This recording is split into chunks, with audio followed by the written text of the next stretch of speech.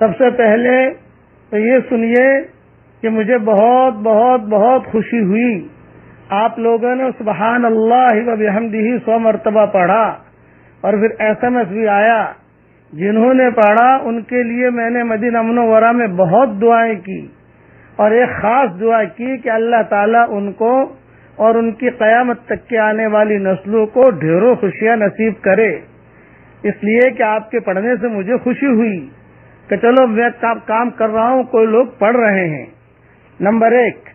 Number 2، حدیث شریف میں آتا ہے سورہ بقرہ جس گھر میں پڑھی جاتی ہے اس گھر سے شیطان جو ہے وہ نکل جاتا ہے، تو کبھی کبھار اپنے گھروں میں سورہ بقرہ بھی پڑھ لیا کرو تاکہ جادو کے اثرات اور تاکہ یہ پریشانیاں یہ ساری کی ساری نکل جائیں۔ خاص طور سے ہمارے ہندوستان میں برادران وطن کے وہاں جادو وغیرہ بہت ہوتا ہے، ہماری بچیاں کمزور ہوتی ہیں، خواتین کمزور ہوتی ہیں، بچے کمزور ہوتے ہیں، تو وہ علماء نے لکھا ہے، یہ چیز اگلی بات جو کہہ رہا ہوں وہ علماء نے لکھا ہے، 24 گھنٹے میں کسی بھی وقت میں 3 دن اہتمام کرنا ہے اس کا کہ سورہ بقرہ اپنے علاقے میں پڑھ لو، تو اللہ کے ذات سے امید ہے کہ جادو وغیرہ کے اثرات نہیں ہوں گے۔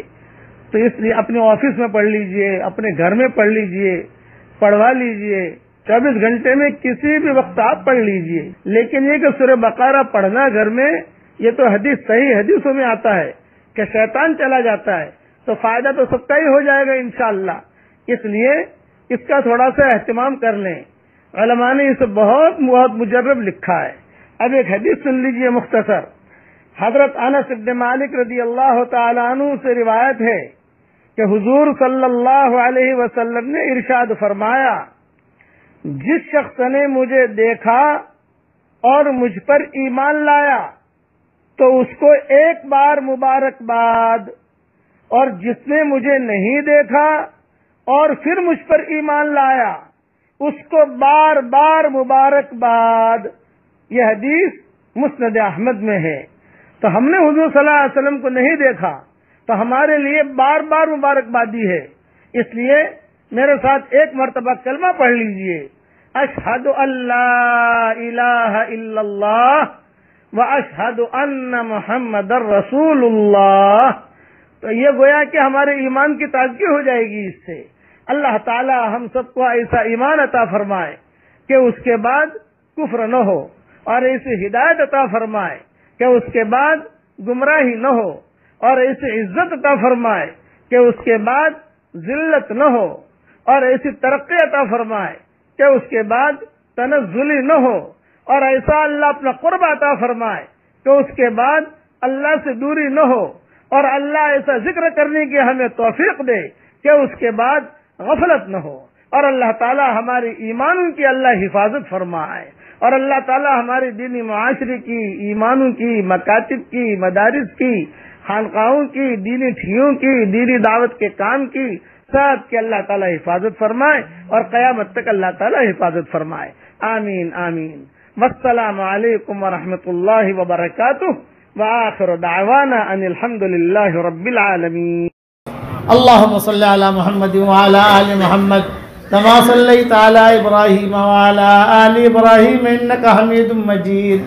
اللهم لك الحمد كله ولك المن كله، لك الشكر كله ولك الملك كله، لك الخلق كله ولك الفضل كله، وإليك يرجع الأمر كله، وإليك يصعد الكلم الطيب كله.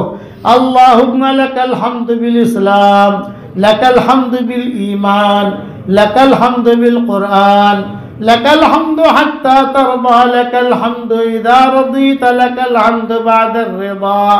اللهم آت نفوسنا تقواها وزكها أنت خير من زكاها، أنت وليها ومولاها. اللهم لا تردنا خائبين بل ردنا إلى ديننا ردا جميلا. اللهم مغفرتك أوسع من ذنوبنا ورحمتك أرجى عندنا من أعمالنا. اللهم اجعل القرآن العظيم ربيع قلوبنا ونور صدورنا وجلاء أحزاننا وذهاب همومنا وغمومنا وسائقنا وقائدنا إليك وإلى رضوانك وإلى جناتك جنات النعيم. اللهم اجعلنا ممن يقرأ القرآن فيرقى ولا تجعلنا ممن يقرأ القرآن فيشقى.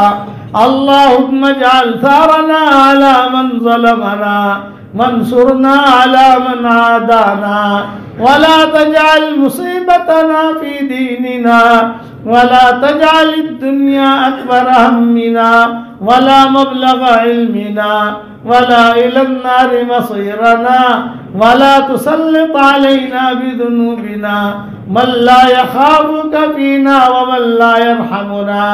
يا حنان يا منان أدخلنا الجنة من باب الريان.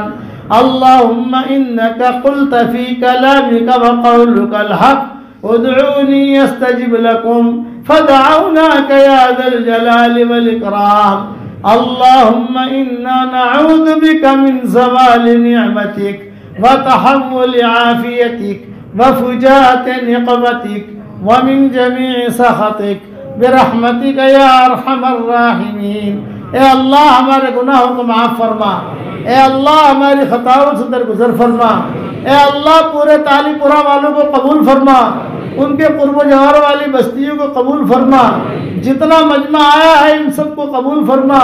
اے اللہ میری تشکیل پر جو روزانہ 100 مرتبہ سورہ اخلاص پڑھنے کی عادت ڈالے, اے اللہ اس کی ساری دعاؤں کو قبول فرما, اس کی ساری پریشانیوں کو دور فرما. اور جس نے 5 لاکھ مرتبہ پڑھنے کا ارادہ کیا ہو, اے اللہ اس کو پورا کرنے کی توفیق عطا فرما. اے اللہ جس کرم سے آپ نے ہمیں یہاں جمع کیا ہے, تیرے اسی کرم سے جنت الفردوس میں تیرے نبی کے پڑوس میں ہماری قیامت تک کے آنے والی نسلوں کے ساتھ تو ہم سب کو جمع فرما دے. اے اللہ اگر آپ نے ہمارا نام سعید اور نیک بختوں میں لکھا ہو تو ہمارا نام انہی میں لکھے رکھیو, اور اگر آپ نے ہمارا نام شقی اور بدبختوں میں لکھا ہو تو ہمارا نام ان کی فہرست سے مٹا دینا, اور نیک لوگوں کی فہرست میں ہمارا نام لکھ لینا. لکھنا بھی آپ کا کام ہے, مٹانا بھی آپ کا کام ہے, لوح و قلم بھی آپ کے پاس ہے. اے اللہ وہ چیزیں جس کا لینے کا ہم ارادہ کرتے ہیں مگر آپ ہمیں دینا نہیں چاہتے, اے اللہ اس کی محبت ہمارے دلوں سے نکال دے, اس کا خیال نکال دے, اس گلی میں آنے جانے کو ختم فرما دے.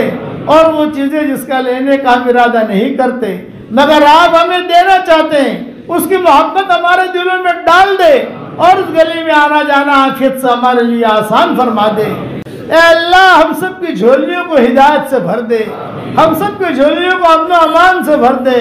اے اللہ جو مجھے اپنی دعاؤں میں یاد رکھے میری ساری دعاؤں میں اس کا پورا پورا حصہ عطا فرما, اور اپنے فضل و کرم سے ہماری دعاؤں کو قبول فرما. سبحان ربک رب العزت عما یصفون وسلام علی المرسلین والحمد للہ رب العالمین.